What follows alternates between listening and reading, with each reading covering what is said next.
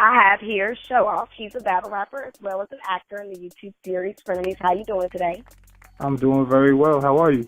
I'm doing great. Thanks for asking. Now, the first question we're going to ask you is, tell me more about your YouTube series Frienimies. How did it get started? Who wrote it? What's it about? Well, it was written. I represent a company that goes by the name RVE, and the script was written by the founders of the company.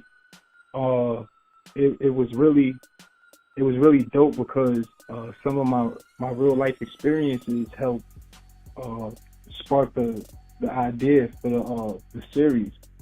You know, which is dope. They actually took it upon themselves to not only make me the face of the battle rap scene as far as their company goes, but also to make me a lead role inside the series, which was definitely dope.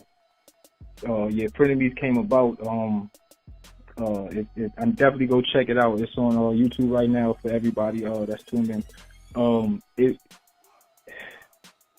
It came about because of, like I said, I was going through some real life experiences. One being I won my life back March the 16th of last year. I was facing 10 to 25 years. So in one of the first things when you hear me say, I'm not about to go outside and do no dumb shit with 25 years hanging over my head, that was actuality. So every day to me is a blessing. So it's somewhat based off of your life. Yeah, and then it extends onto the other characters, the other people and friends of mine that were actually a part of the entire project. That's neat to have something that's based off of yourself and actually acting yourself in the show. Yeah, absolutely. I appreciate everything that they do and the light that they help me shine on myself. Now, do you like acting? Because I know that you're a battle rapper. Do you like the acting scene? I actually like it better than battle rapping. Tell you the truth. Yeah, it's actually something I'm about to try to do on a full time. It's gonna be a full time career move for me. I'm working on a few commercials now, and I'm gonna try my hardest to get maybe a little B-roll in the actual film.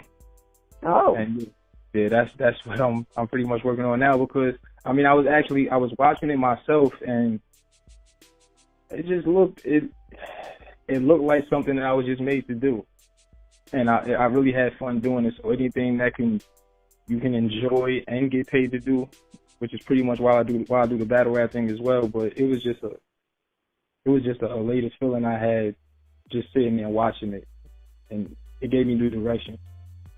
Well, that's good. Now, you're a man of many talents. You just don't battle rap. You just don't act. You also sing, too, right? Yeah, I definitely also sing. I was actually singing first. Well, not first, second. You know, I started writing spoken word poetry first, and then it went from that to me realizing that I had a voice, and I said, you know what? Well, let me try to make something out of this right here. I started writing R&B songs.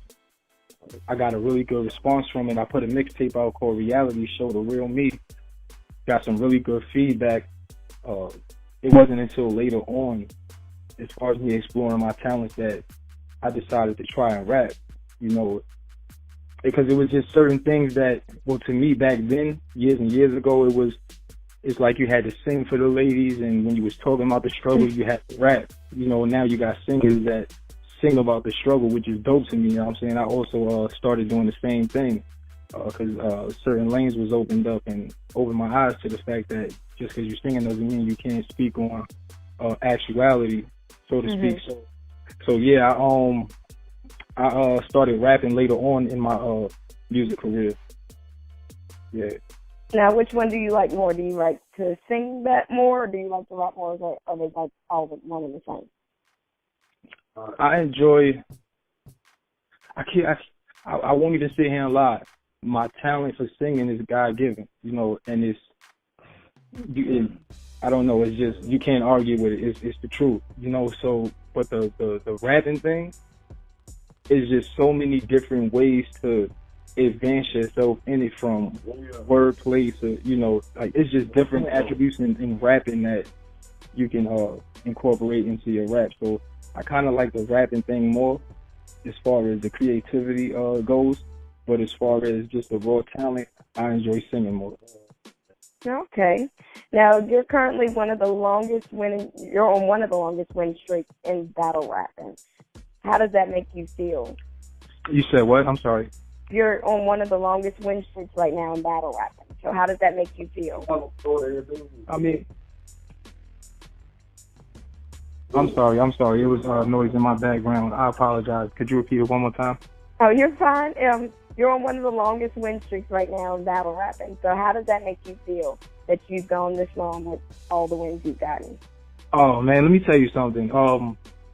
Honestly, when I first started, I really did not expect, because I really didn't know about how far the business of battle rap could take you. Because when I first started, it wasn't even about, like, business. It was my son's mother's brother battle rap, and I went to go support him one day, and he's like, Show, you could rap, you know what I'm saying? Just battle one of these guys. I'm like, bro, I don't know how to write no battle raps. All I had at the time was just raps that talked about my lifestyle, you know what I'm saying, and stuff I had been through, things like that. And he was like, listen, I'm telling you. And then there was a kid in there, he goes by the name Brooklyn Carter, and he was like, I'll kill anybody in here. So I don't know, one way or another, the battle got set up. I wound up killing him, and at the time I was making music videos for my R&B. Now, it's hard when you really don't know how to utilize the internet correctly to gain views and a fan base, even with your music. And I still had videos that was on 2,000-3,000 views, and they had been up forever, But when the battle dropped on the Battle League, it had 9,000 views in 16 hours. I'm like, yo, what the hell? What is going on? So that really was the deciding factor when I decided to actually battle rap, because I was just going to use the buzz that I built to incorporate into music. And then it went from that to actually realizing, wait a minute, these guys are getting paid, and these guys are being flown all over the world, and these guys are on MTV, they're on, BET, they're on the awards. So I'm better than these guys. This is what's going on in my mind. I'm better than these guys, so I know I can get to where they at, and I could probably do bigger things than that. And it's just a blessing to be able to have this much longevity as I had, and I mean, to date. And then I still got, some major things to come. I really can't announce them yet, but I have like some major events that's coming up, and it's just all a blessing. It's just all a blessing. So yeah, I feel really good that I've had this long of a run in battle rap. Well, congratulations on this long of a winning streak in battle rapping. I mean, I don't know personally too much about battle rapping, but if you're winning, you're winning. Yeah, for sure, indeed. And it's crazy because every time that I face an opponent, I mean, especially that has a higher stature in battle rap than me, all of the fans, Show's gonna lose. He's about to lose. He might have beat the last guy, you know what I'm saying, but he ain't gonna beat this one. And then I wind up smoking them. So what is your dream battle rap match? Who do you want to battle? Like, what is your dream? Who do you want to rap against? I wouldn't say dream.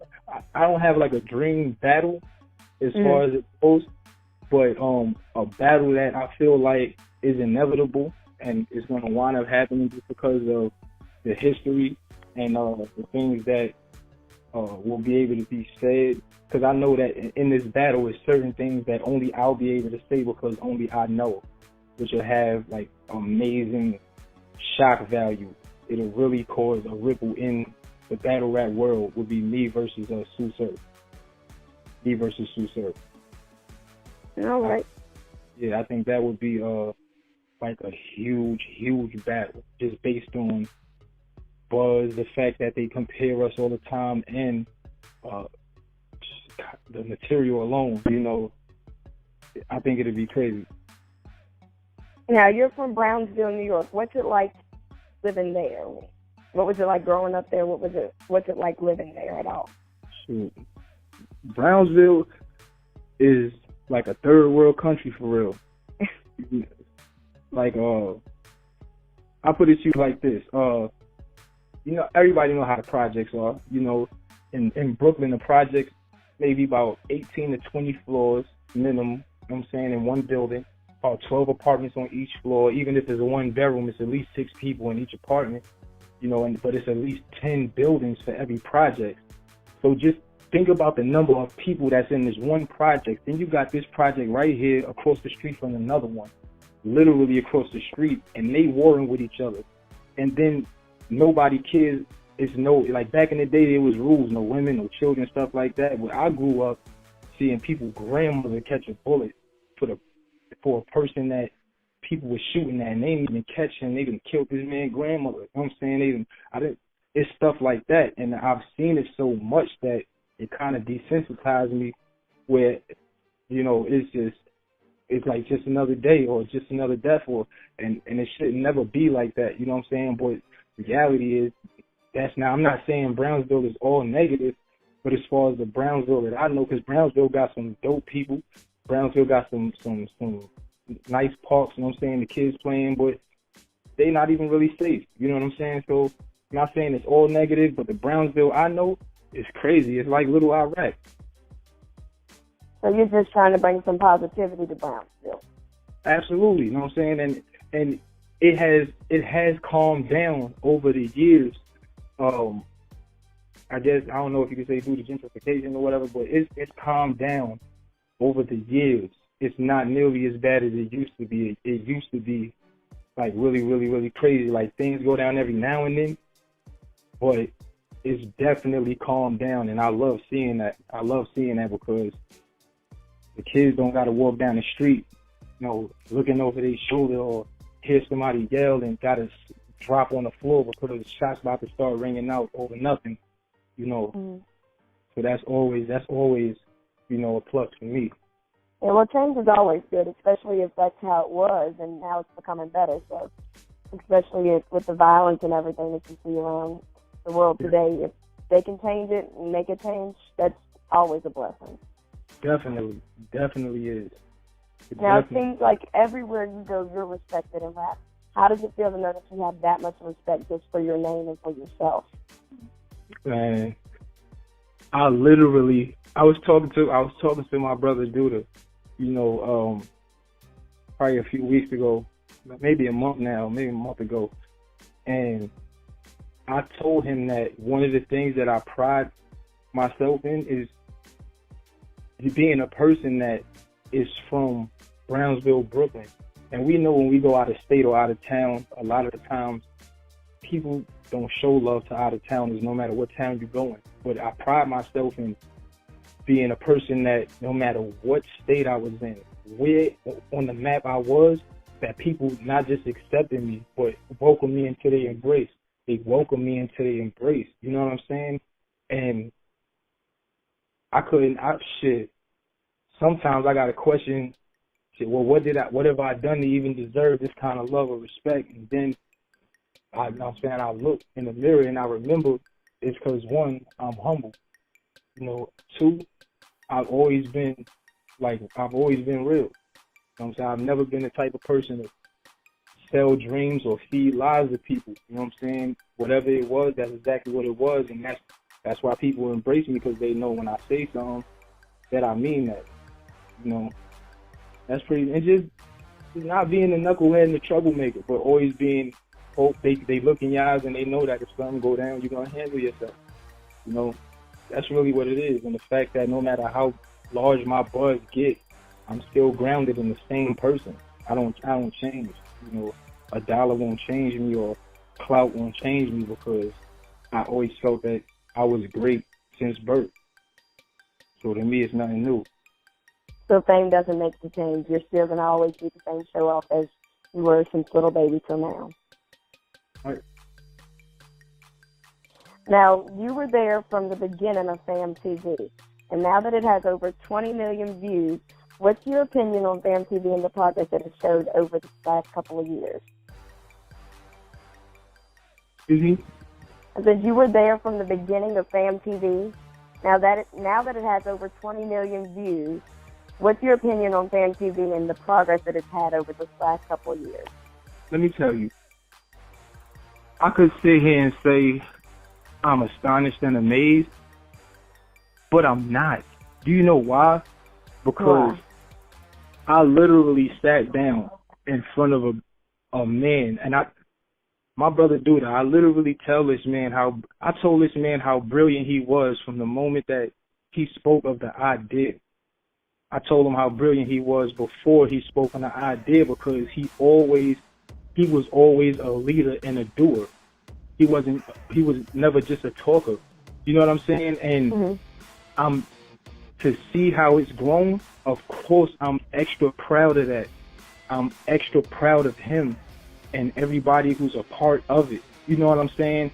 But at the same time, there's no surprise. There's no shock, because I already saw it.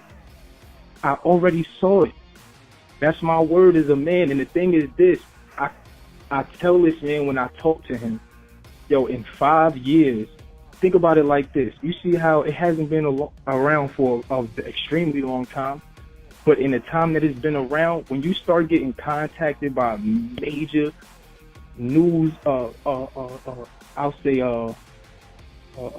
cash cows, so to speak, like CNN, and they're requesting your footage, man, you have to know the world is your oyster, and the world's about to be yours. You know what I'm saying?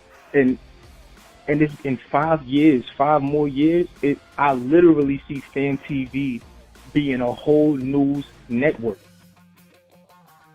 A whole news network. The same way you got Fox News and the WB or WPIX, whatever it is, the same way you got Channel 9 News, I literally see FAMMTV being its own news anchor. Not anchor, but its own forum.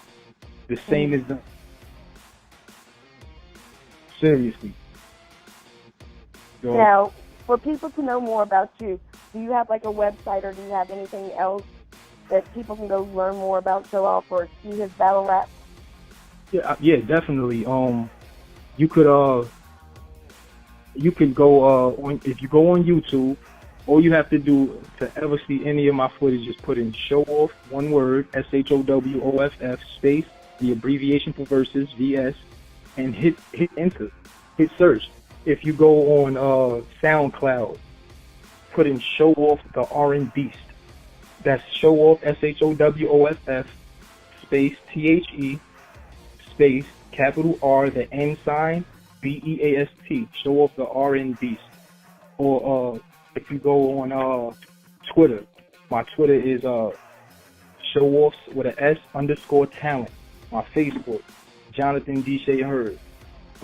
People would ask me why I don't have Showoff on my Facebook or anything like that, or why I still use my full name, and I tell them simply because my name will mean something. My mother gave me her last name for a reason. The same way you have Sean Puppy Combs, you're gonna have Jonathan Showoff Hurd. These are facts, and I'm gonna go until it's exactly like that. But yeah, those are the forums that or Instagram 5050 _ Showoff lingo. Yeah, these all forums, and I'm not one of them guys that you'll be a fan of mine and you'll tweet me or hit me up on the gram or send me a little message on Facebook or something like that, and I see it and just ignore you. I appreciate every fan that I've ever accumulated in this career, and I reach back out to them. You know what I'm saying? I reach back out to them. I do things like have a little contest, and whoever wins the contest, that fan will have free entry to my next huge battle event. And they'll hop on stage and be on stage, and they'll host the one of the biggest battles of my career. You know, I do that, you know what I'm saying, for the fans, because they didn't have to be a fan of mine. They chose to. So I choose to be that way with them. Well, that's good to know that you're so humble and you actually treat your fan base like real people, where some people don't do that at all. I just want to thank you so much for actually taking your time out of your day to actually do this interview with me. And I want you to know that FAMMTV supports you 100%. And you already know this. Like, we're behind you with anything you ever do. We're behind you. I appreciate y'all. You having me on the show. And, like, again, I appreciate FAMMTV, you as well. I appreciate the entire entity because, like I said, this is something I literally was blessed enough to see from the ground up, and I'm proud. You know what I'm saying? I'm proud. So he already do know any and everything that's attached to FAMMTV, I'm promoting it on whatever social media sites I'm on. Point blank period. You know we're going to support you, too. That's right. Well, I want to thank you so much, Showoff. You have a great rest of your day. Hey, you do the same, all right? All right. Bye. All right.